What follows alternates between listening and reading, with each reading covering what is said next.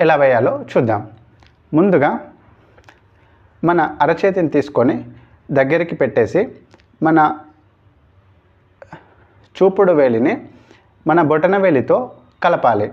ఈ రెండు చివర్లు కలిసేలా పెట్టేసి మన చేతిని స్ట్రైట్గా కింది వైపుకి చూసేలా పెట్టాలి.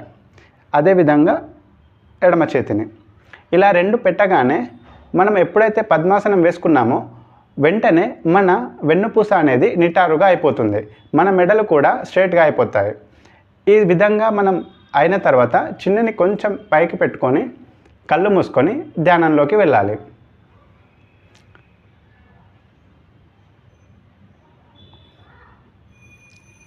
ఇలా ఎంతసేపు వీలైతే అంతసేపు మనం ధ్యానంలో ఉండవచ్చు.